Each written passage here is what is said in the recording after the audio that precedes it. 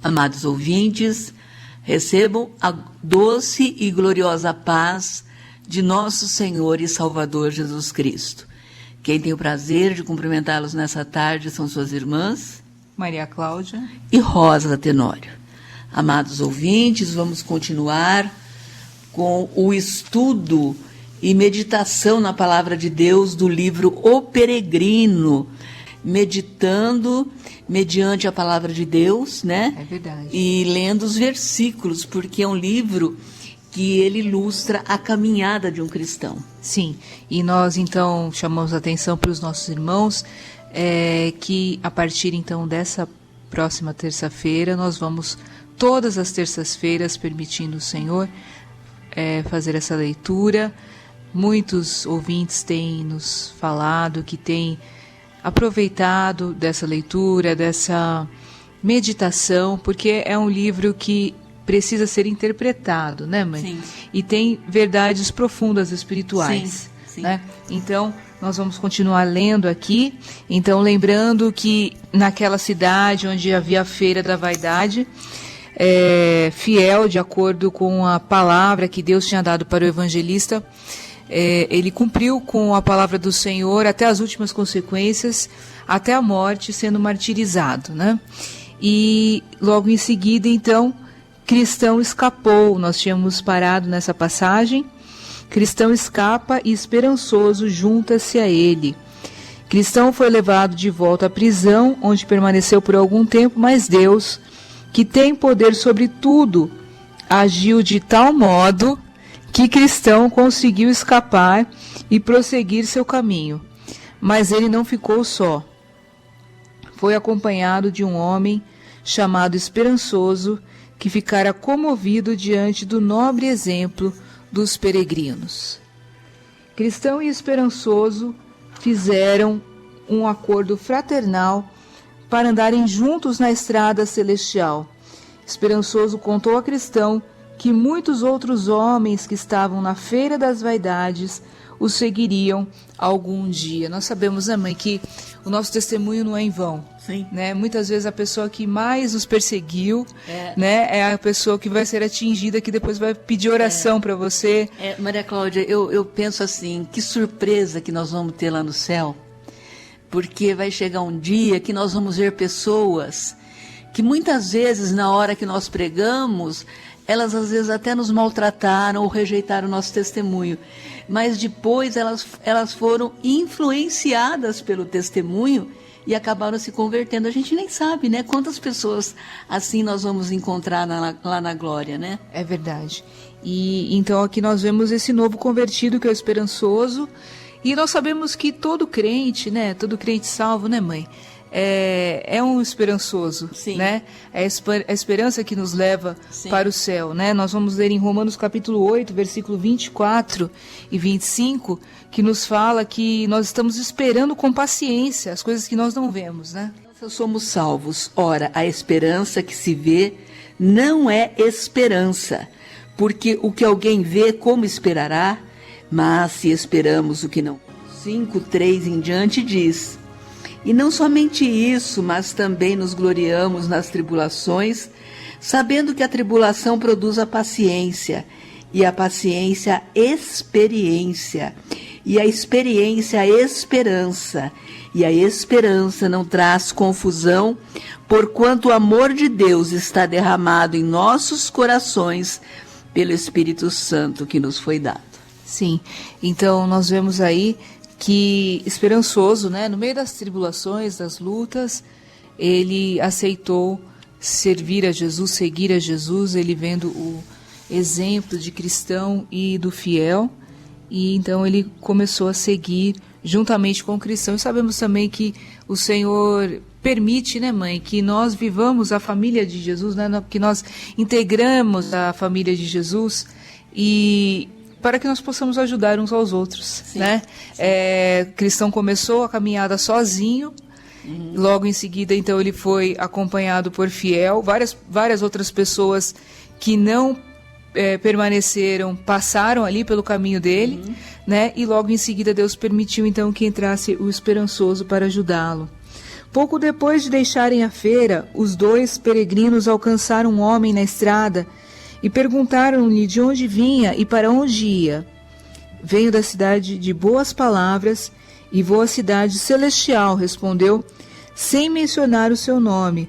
Contou, entretanto, que era parente de todas as famílias ricas e nobres de Boas Palavras. Na religião, somos diferentes de alguns em 2 pontos insignificantes, disse ele. Nunca lutamos contra o vento e a maré e zelamos muito pela religião quando ela se apresenta com pompas e riquezas. Sabendo quem era o homem, Cristão indagou: você é o amor ao lucro? Esse não é meu nome verdadeiro, mas um apelido que me atribuem alguns que não gostam de mim. Se me levarem com vocês, verão que sou bom companheiro. Se você for conosco, disse Cristão, precisará lutar contra os ventos e as marés e acolher a fé tanto na pobreza dos farrapos como na pompa e na riqueza. Nós vamos ler aqui em Filipenses 4, do 10 até o 14, que é uma palavra bem conhecida, né, mãe? Porque o finalzinho todo mundo conhece, né? Sim. Mas as pessoas não sabem, a maioria das pessoas não sabem o contexto em que o apóstolo São Paulo está falando isso. Né? Sim, Filipenses 4, 10 a 14 diz: Ora, muito me regozijei no Senhor, por finalmente reviver a vossa lembrança de mim, pois já vos tinhas lembrado, mas não tinhas tido oportunidade. Não digo isso como por necessidade, porque já aprendi a contentar-me com o que tenho. Sei estar abatido e sei também ter abundância. Em todas as maneiras e em todas as coisas estou instruído, tanto a ter fartura como a ter fome, tanto a ter abundância como a padecer necessidade. Posso todas as coisas naquele que me fortalece. As pessoas, né, Maria Cláudia, só usam esse último versículo que eu li, querendo dizer que o servo de Deus é um super-homem, né, um poderosão, né? Virou até um mantra, né, mãe?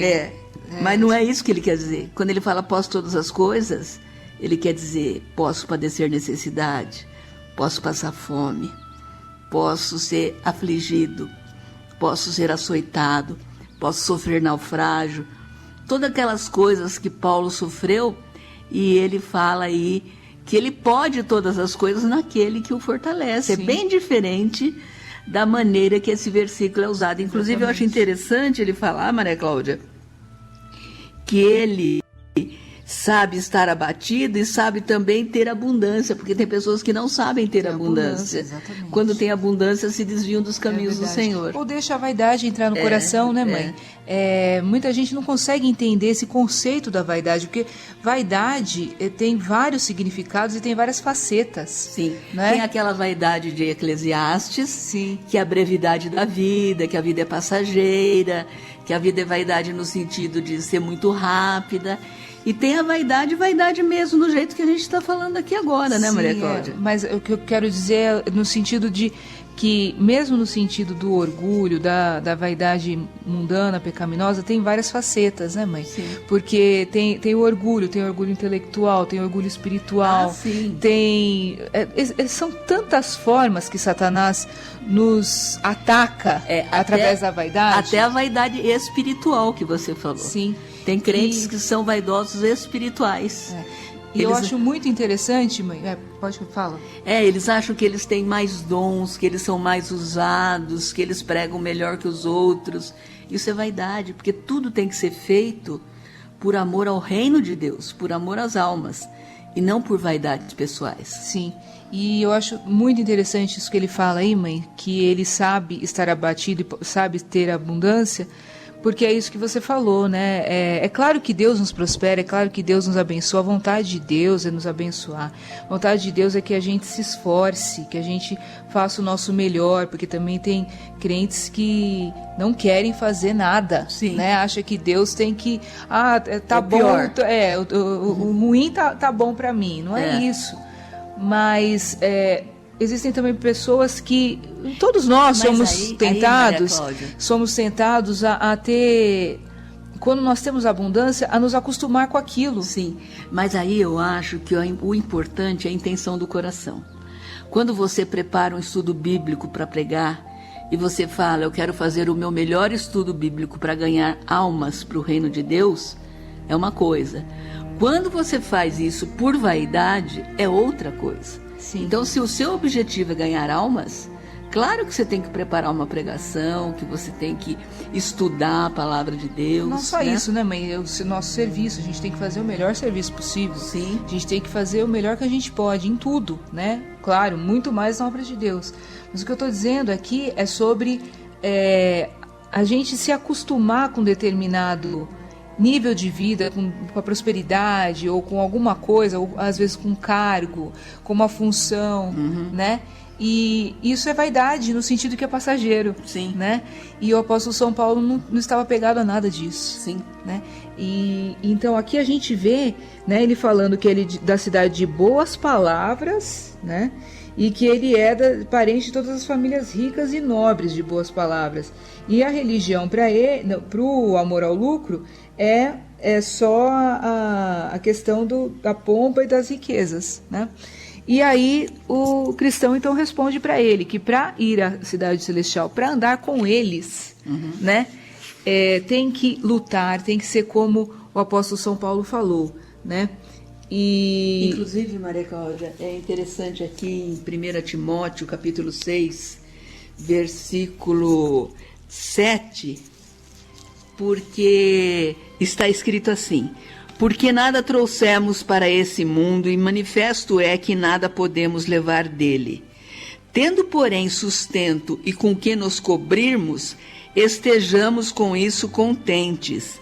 Mas os que querem ser ricos caem em tentação, em laço e em muitas concupiscências loucas e nocivas que submergem os homens na perdição e ruína, porque o amor do dinheiro é a raiz de toda espécie de males, e nessa cobiça alguns se desviaram da fé e se traspassaram a si mesmos com muitas dores. Veja que ele fala que não é o dinheiro que é a raiz de toda espécie de males, mas o amor ao dinheiro. Sim. Porque o dinheiro pode ser usado até, inclusive, para a obra de Deus, para você ganhar almas. Sim. Ele pode ter uma finalidade maravilhosa. Então não é o dinheiro, o pecado não é ser rico, o pecado não é ter dinheiro, o pecado é ter amor ao dinheiro, apego ao dinheiro. Sim, que era o nome desse homem, né? Amor ao lucro. E eu achei interessante, mãe, porque aqui, né, cristão rejeitou a companhia dele, né? E continuando aqui, Maria Cláudia, em Timóteo, eu acho interessante que ele fala dos ricos também. Aqui no versículo 1 Timóteo 6,17, manda aos ricos deste mundo que não sejam altivos, ou seja, não sejam soberbos, nem ponham a esperança na incerteza das riquezas, mas em Deus, que abundantemente nos dá todas as coisas, para delas gozarmos, que façam o bem, enriqueçam em boas obras, repartam de boa mente e sejam comunicáveis, que entesourem para si mesmos um bom fundamento para o futuro, para que possam alcançar a vida eterna. Então tá vendo aí que o problema não é ser rico, Sim. é o uso que faz das riquezas. Na esperança da riqueza, né? Colocar o coração na esperança da riqueza, Sim. ele falou, né? E aí ele fala também, tanto, né, Maria Cláudia, que nós temos em várias passagens do Evangelho, né, aquela passagem que fala que é mais fácil passar um camelo pelo fundo de uma agulha do que um rico entrar no reino de Deus. E Jesus explica, eu não sei se é Marcos ou se é Lucas, que o problema não é... Porque daí eles falam, mas então o que vai se salvar? Aí Jesus fala, aqueles que confiam nas riquezas. Confio. Então o problema é confiar nas Sim. riquezas. Então, colocar o coração na riqueza, né? E aí ele fala também, né, mãe, sejam comunicáveis, né? Sim.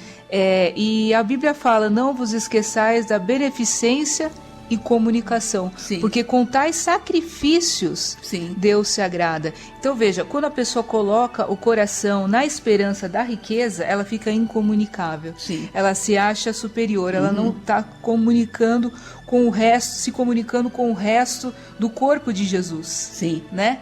E ela automaticamente se coloca numa posição superior e acima dos outros, e sem receber a misericórdia do Senhor, né? Acima da misericórdia do Senhor. Sim. E aí o Senhor não se agrada, porque, a contrário senso, né, do que a gente está falando aqui, comunicação e a beneficência, porque com tais sacrifícios Deus se agrada.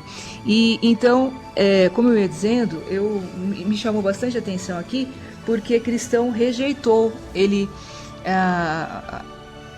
a companhia desse homem, né? Ao contrário do esperançoso, que ele havia abraçado, que ele havia, né, aceitado como seu parceiro de estrada, de jornada, esse homem ele rejeitou. Por quê, mãe? Porque a Bíblia fala também, né? Acredito que seja o salmista Davi que fala: companheiro sou de todos os que te temem. Sim. Porque quem é de Deus e Sim. está indo para a Nova Jerusalém, né? Ele tem que se cercar de pessoas que também estão indo para a Nova Jerusalém. É claro que a gente não tem como sair do mundo, né? A gente não vai para um claustro, a gente não vai para um lugar onde só tem cristão. Sim. Igual a gente, mas na nossa caminhada a gente tem que partilhar com os nossos irmãos. Sim, inclusive em 1 Coríntios tem uma passagem que diz que se a gente for se afastar de todos os ímpios, nós vamos precisar sair do mundo. A gente não tem que se afastar dos ímpios, porque a gente tem que pregar para eles. Mas a Bíblia fala que a pessoa dizendo-se cristão e for um falso cristão, é para se apartar dos tais. Sim. Amor ao lucro, entretanto, recusou tais condições, e os 2 peregrinos afastaram-se dele. Ao deixá-lo, viram que 3 outros se juntaram a ele: apego ao mundo, amor ao dinheiro e avarento.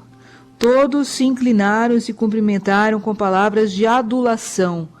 Os 4 tinham sido colegas na escola do professor agarrado que lhes ensinara a obter êxito por meio da violência, da bajulação, da mentira, usando uma máscara de religião. Então nós vemos que dentro das igrejas, né, mãe?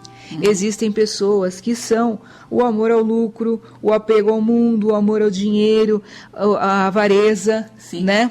Tem pessoas, Maria Cláudia, que frequentam as igrejas, mas Jesus é colocado lá no cantinho. Jesus não é colocado no centro da vida da pessoa. Jesus é colocado no canto, e quando dá tempo, quando não me atrapalha, eu vou me dedicar a Jesus. Jesus não é o principal objetivo da pessoa. E pessoas também que fazem do evangelho causa de ganho. Sim. Pessoas que estão dentro, sim, do ministério, estão dentro, sim, do episcopado, e as outras olham isso e se escandalizam. Ah, mas tal pessoa é um líder. E daí? Mas isso é bíblico. É uma pessoa, exatamente, é uma pessoa que está condenada já. Nós vamos ler também, né, mãe? Em Judas, do versículo 11 até o versículo 16, mas antes disso eu vou continuar lendo aqui. Amor ao lucro disse aos companheiros: cristão e esperançoso não conhecem a vantagem de mudar com os tempos. Não esperam o vento e a maré favoráveis, mas se apressam na viagem. Independentemente do tempo, arriscam tudo por Deus. Quanto a mim, sou a favor de tomar precauções para assegurar minha vida e propriedade. Professarei a fé só enquanto os tempos e minha segurança pessoal favorecerem. Alcançando os peregrinos na estrada, os homens lhe perguntaram: suponhamos que se ofereça a um homem a oportunidade de receber as bênçãos da vida presente, mas que para obtê-las ele precise mostrar-se muito religioso. Será que ele não pode usar esse meio para conseguir seu objetivo e ainda ser um homem honesto? Ou seja, os líderes que não estão por vocação, né? Não. Quantas pessoas que não estão por vocação? Não. Em todas as igrejas, todos os ministérios existem, né? Pessoas que não aprenderam a fazer outra coisa, então estão nos altares, estão nos púlpitos, né? Mas na verdade trata aquilo não como uma missão, mas como uma profissão, né? Cristão respondeu, até mesmo uma criancinha na fé pode dar resposta a 10.000 perguntas como essa. Se não é correto seguir a Cristo para ganhar pão, quanto mais abominável será fazer da fé um pretexto para ganhar e desfrutar o mundo. Nós vamos ler agora Judas, né? Do 11 até o 16. Judas só tem um capítulo, né? Sim, então, é o versículo 11 até o 16 que diz assim: Ai deles, porque entraram pelo caminho de Caim e foram levados pelo engano do prêmio de Balaão e pereceram na contradição de Coré. Só um minutinho, acho que é bom a gente explicar aqui, né, o que é. Caim teve inveja do seu irmão e o matou quando eles estavam oferecendo oferta ao Senhor. Sim. Né? Um momento que seria de adoração, de ministração a Deus, ao invés de Caim olhar para o Senhor, ele estava olhando para o seu irmão que estava sendo aceito diante de Deus, né? E enchendo seu coração de inveja. Por isso ele matou o seu irmão. Sim. Né? E Balaão era um profeta, né? Que tinha visões de Deus de olhos abertos, mas que, no entanto, ele foi corrompido pela tentação da cobiça do dinheiro, né, Maria Cláudia? Ele tentou aceitar os presentes do rei Balaque para amaldiçoar o povo de Israel, mas Deus não permitiu. Toda vez que ele abria a sua boca, Deus fazia ele abençoar, né? E quanto mais ele não conseguia, mais o rei aumentava a recompensa e mais ele queria fazer aquilo para ganhar a recompensa. Mas né? Deus não permitiu. Então veja a ministração mediante a cobiça, né? E Corá foi aquele que guardou, né? Não. É aquele que se levantou contra Moisés, né, Maria Cláudia? Sim. Então todos esses, eles pereceram, sim. né? Eles pereceram porque eles não foram sinceros, eles não foram fiéis. Sim. Então ele fala aqui. Estes são manchas em vossas festas de caridade, banqueteando-se convosco e apacentando-se a si mesmo, sem temor. São nuvens sem água, levadas pelos ventos de uma para outra parte, são como árvores murchas, infrutíferas, 2 vezes mortas, desarraigadas, ondas impetuosas do mar, que escumam as suas mesmas abominações, abominações, estrelas errantes, para os quais está eternamente reservada a negrura das trevas, ou seja, o inferno, sim, o lago de fogo. E continua, e desses profetizou também Enoque, o 7º depois de Adão, dizendo: Eis que é vindo o Senhor com milhares de seus santos, para fazer juízo contra todos e condenar dentre eles todos os ímpios por todas as suas obras de impiedade que impiamente cometerem e por todas as duras palavras que os ímpios pecadores disseram contra ele. Estes são murmuradores, queixosos da sua sorte, andando segundo as suas concupiscências, e cuja boca diz coisas muito arrogantes, admirando as pessoas por causa do interesse. Então a gente vê aí bajulação, abominação, apacentando a si mesmos, inveja, divisão, facção, né? Que Coré foi contra o ministério de Moisés, né? Então a gente vê tudo isso, essas pessoas se levantando. Por quê? Levadas por quê? Pelo apego ao mundo, pelo amor ao dinheiro, pela cobiça, né?